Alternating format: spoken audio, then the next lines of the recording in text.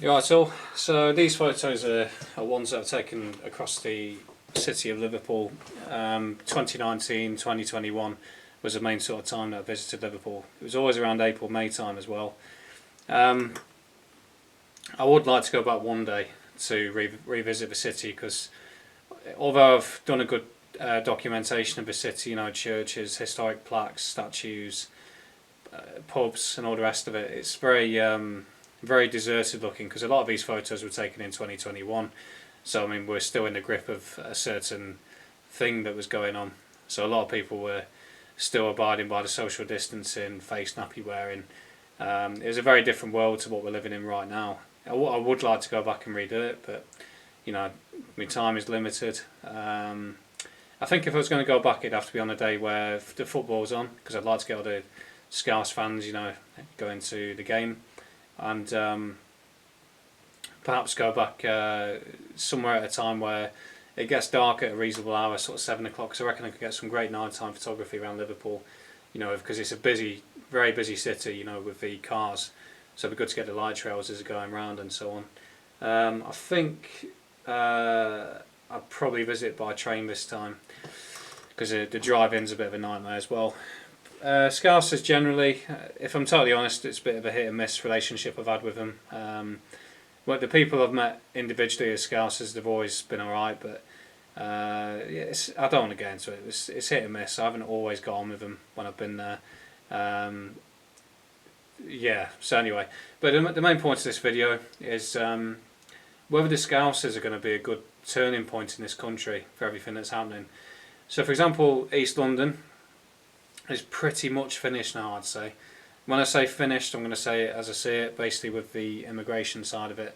So there was a documentary on the BBC in 2016 called The Last Whites of the East End, and the end scene was very depressing. It was an Indian chap. He was saying that basically in 10 years' time there'll be no trace at all there was ever any English culture or any English people in that city in East London, and that's spreading.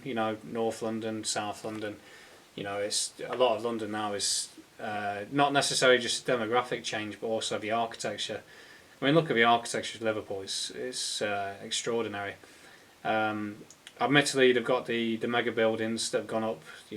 I took a good photo towards the sea along the riverside where there's a church that's just been drowned out by all these dystopian-looking buildings behind it.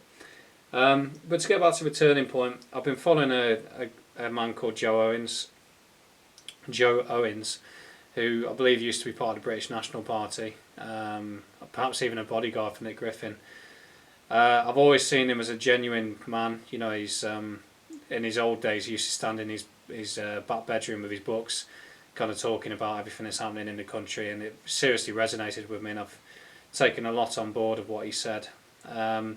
If you do happen to watch this Joe Owens, good work for what you're doing. You're obviously a patriot. You're on the right side of history, in my opinion. And like myself, you don't do this for love or money. You do it because you care, and that's why I do the photography. Because I'm recording a country in serious decline if we don't get our act together and sort it out and get it out the grip of these politicians. But finally, to get to the point, so back in February, March time, I think it was, there was a young 15-year-old girl that was approached by a migrant living in one of the hotels, and when he found out she was 15, he didn't stop. He was trying to really get into her, get a number, or who knows, and she rejected his advances, and this caused an absolute uproar in Liverpool to the point where I think the police had to make a dispersal act, and it was a good chance Liverpool could be a turning point, because whereas London and Birmingham, like Joe Owens says, London, Birmingham, Manchester, all these places have been absolutely destroyed by Afro-Caribbean, Arab, Asian immigration on the scale we've seen. Liverpool hasn't quite got there yet. It's happening, and I would imagine the Scousers are concerned about it. Certainly the ones who got their heads screwed on, if you can see what's happening in London right now. So could Liverpool be a good turning point? Time will tell. I hope so. It's because the Irish as well were kicking off at the same time, so hopefully that Celtic, fiery Celtic warrior spirit kicks in. And that's that. Cheers.